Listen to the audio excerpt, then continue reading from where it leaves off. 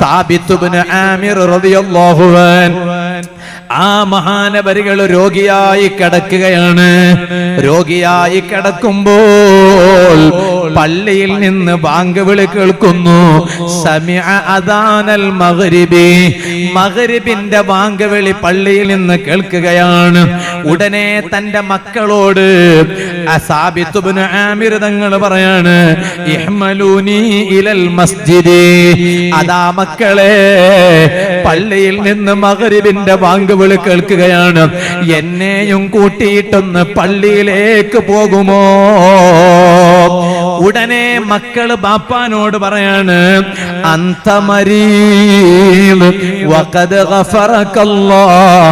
അല്ല ബാപ്പാ, ബാപ്പക്ക് സുഖല്ലല്ലോ, ബാപ്പക്ക് വയ്യല്ലോ, അല്ലാഹു ബാപ്പക്ക് പുറത്തു തരട്ടെ. ബാപ്പ എന്തിനാണ് പള്ളിയിലേക്ക് പോകേണ്ട ആവശ്യം? ഉടനെ സാബിത്ത് ഇബ്നു ആമിർ തങ്ങൾ പറയാണ്, ലാ ഇലാഹ ഇല്ലല്ലാഹ്. ആ ദിക്റങ്ങ് ചൊല്ലിയിട്ട് മഹാൻ പറയാണ്, അസ്മഉ ഹയ്യ അലസ് സ്വലാഹ് ഹയ്യ അലൽ ഫലാഹ്. ഓ മക്കളെ, മഗ്രിബിന്റെ വാങ്കിലൂടെ ഞാൻ കേൾക്കുന്നത് എന്താണ്? ഹയ്യ അലസ് സ്വലാഹ്, നിസ്കാരത്തിലേക്ക് വരൂ എന്നാണല്ലോ. ഹയ്യ അലൽ ഫലാഹ്, വിജയത്തിലേക്ക് വരൂ എന്നാണല്ലോ. എന്നിട്ടോ അത് എന്നെ വിളിക്കുമ്പോൾ ആ വിളി എനിക്കും കൂടി ബാധകമാണല്ലോ. ഞാനത് കേട്ടിട്ടും പള്ളിയിൽ പോകാതെ എന്റെ വീട്ടിൽ വെച്ച് ഞാൻ നിസ്കരിക്കുന്നത് യോജിച്ചതാണോ? അതുകൊണ്ട് അല്ലാഹുവാണ് സത്യം, എന്റെ മക്കളല്ലേ നിങ്ങള്, എന്റെ മക്കളായ നിങ്ങൾ, ബാപ്പയായ എന്നെ ഇപ്പോൾ തന്നെ പള്ളിയിലേക്ക് കൂട്ടിക്കൊണ്ടുവരണോ, കൂട്ടിക്കൊണ്ടുപോകണോ? സാബിത്ത് ഇബ്നു ആമിർ റളിയല്ലാഹു അൻഹു ബാങ്ക് വിളി അങ്ങ് കേട്ടു, നടക്കാൻ കഴിയുന്നില്ല. ഓ മൈരിക്കളയിലെ യുവാക്കള്, അന്ന് ഞാൻ ഇവിടെ മുത്തല്ലിമായി പഠിക്കുമ്പോ അന്നത്തെ പല യുവാക്കളെ എനിക്കറിയാം. അവർ ജമാഅത്തിന് പള്ളിയിൽ വന്നവരാണ്. മുത്തല്ലിമുകളായ ഞങ്ങൾ പഠിക്കുന്ന സമയത്ത് ഞങ്ങളെ കൂടെ ഇരുന്ന് തമാശ പറയാൻ, ഞങ്ങൾക്ക് വേണ്ട സൗകര്യം ചെയ്തു തരാൻ, ഞങ്ങൾക്ക് കടയിൽ നിന്ന് എന്തെങ്കിലും ആവശ്യം വന്നാൽ ഞങ്ങൾ പോകാതെ തന്നെ ഞങ്ങൾക്ക് കൊണ്ടുവന്ന് തന്നിരുന്ന എത്രയോ എന്റെ സമപ്രായക്കാരായ യുവാക്കളെ എനിക്കിപ്പോഴും അറിയാം. അവരിൽപ്പെട്ട പലരെയും ഞാൻ ഈ സദസ്സിൽ കാണുന്നുണ്ട്. അന്ന് ബാങ്ക് വിളി കേൾക്കുമ്പോഴേക്ക് അവരെ പള്ളിയിലേക്ക് ജമാഅത്ത് നിസ്കാരത്തിന് ഓടി വന്നവരാടിരുന്നു. ആ യുവാക്കളുടെ പിൻഗാമികളായി ഇന്നത്തെ യുവാക്കളും പള്ളിയിൽ കൗമാരപ്രായമുള്ളവരും ബാങ്ക് വിളി കേൾക്കുമ്പോഴേക്ക് ജമാഅത്തിന് പള്ളിയിൽ വരുന്നവരാണെന്ന് ഞാൻ ഉറച്ച് വിശ്വസിച്ചോട്ടെ. ആ സാബിത്ത് ഇബ്നു ആമിർ റളിയല്ലാഹു അൻഹു മക്കൾ പള്ളിയിൽ കൂട്ടിക്കൊണ്ടുവന്നു. മഗ്രിബ് നിസ്കാരത്തിൽ പ്രവേശിച്ചു. ഫലമ്മാ സജദത സജദത്തൽ അഖീറത മിൻ സ്വലാത്തിൽ മഗ്രിബി.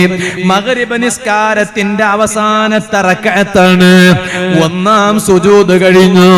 രണ്ടാമത്തെ സുജൂദായപ്പോ ഖബലല്ലാഹു റൂഹഹു. സാബിത്ത് ഇബ്നു ആമിർ തങ്ങളുടെ റൂഹിനെ അല്ലാഹു അങ്ങ് പിടിച്ചു കളഞ്ഞു. ജീവിതകാലത്ത് ബാങ്ക് വിളി കേട്ടപ്പോഴേക്ക് ജമാഅത്തിന് ഓടിപ്പോയിരുന്ന മഹാൻ അവസാനത്തെ നിസ്കാരവും നിസ്കരിച്ചിട്ടാണ് വഫാത്താകുന്നത്. പള്ളിയിൽ വരുന്നു, മഗ്രിബ് ജമാഅത്തായി നിസ്കരിക്കുന്നു. അവസാനത്തെ റക്അത്തിലെ അവസാനത്തെ സുജൂദിൽ മഹാനവരുകൾ ലോകത്തോട് വിട പറയുന്നു. മഗ്രിബ് നിസ്കാരത്തിൽ സുജൂദിൽ വഫാത്താകാൻ ഭാഗ്യം ലഭിച്ച മഹാനല്ലേ. എന്തുകൊണ്ടാണ് മഹാനവരുകൾക്ക് സുജൂദിൽ മരിക്കാൻ മരിക്കാൻ അവസരം കിട്ടിയത്. ഈ സദസ്സിലുള്ളവരോട് ചോദിക്കട്ടെ, ഒന്ന് കൈ വെക്കുമോ? ഉസ്താദേ, നിങ്ങളെ വാത് നിർത്തുമ്പോൾ എന്തെങ്കിലും കേട്ടുപോയാ പോരാ. ഞങ്ങളിവിടെ കഥ പറയാൻ വന്നവരല്ല, തമാശ പറഞ്ഞ് ചിരിച്ച് അടിപൊടിയാക്കാൻ വന്നവരല്ല. ഖൽബിലൊരു മാറ്റം വരണോ? ഈ സദസ്സിൽ നിന്ന് പിരിയുമ്പോ ഒരു വലിയ എയിമോടുകൂടെ പിരിയണോ, ഒരു വലിയ ഡ്രീമോടുകൂടെ പിരിയണോ, ഒരു വലിയ ലക്ഷ്യബോധത്തോടെ പിരിയണോ. അതെന്താണ്? ഒന്ന് കൈ വെക്കുമോ ചോദിക്കട്ടെ. എനിക്കൊന്ന് സുജൂദിൽ മരിക്കണോ. ആഗ്രഹമുള്ളവരൊന്ന് കൈ വെക്കുമോ? ആഗ്രഹമുണ്ടോ എന്ന് ചോദിച്ചപ്പോ ഒരാള് പോലും കൈവക്കാതെ ബാക്കി വെച്ചില്ല. ഈ പറയുന്ന എനിക്കും വല്ലാത്ത ആഗ്രഹമുണ്ട്. അങ്ങനെ സുജൂദിൽ വഫാത്തായ സാബിത്ത് ഇബ്നു ആമിർ റളിയല്ലാഹു അൻഹു. എന്നാൽ എന്തുകൊണ്ടാണ് മഹാനവരുകൾ അങ്ങനെ മരിക്കാൻ കാരണമെന്നറിയുമോ? മഹാന്മാര് പറയാണ്, സാബിത്ത് ഇബ്നു ആമിർ തങ്ങൾക്കൊരു സ്വഭാവം ഉണ്ടായിരുന്നു. എന്താണ് സ്വഭാവം? കാന ഇദാ സ്വല്ലൽ ഫജ്റ, ഫജ്ർ നിസ്കരിച്ചാൽ ഇന്ന് മുതലങ്ങ് തുടങ്ങിക്കോ. ഇന്നത്തെ വാളുകൊണ്ട് എന്ത് കിട്ടിയെന്ന് ചോദിച്ചാൽ ഒന്നും കിട്ടിയില്ല എന്ന് നിങ്ങൾ മറുപടി പറഞ്ഞാൽ പടച്ചറപ്പിന്റെ കോടതിയിൽ ഞാനങ്ങ് കുടുങ്ങൂ. അതുകൊണ്ട് കിട്ടിയിട്ടുണ്ട്.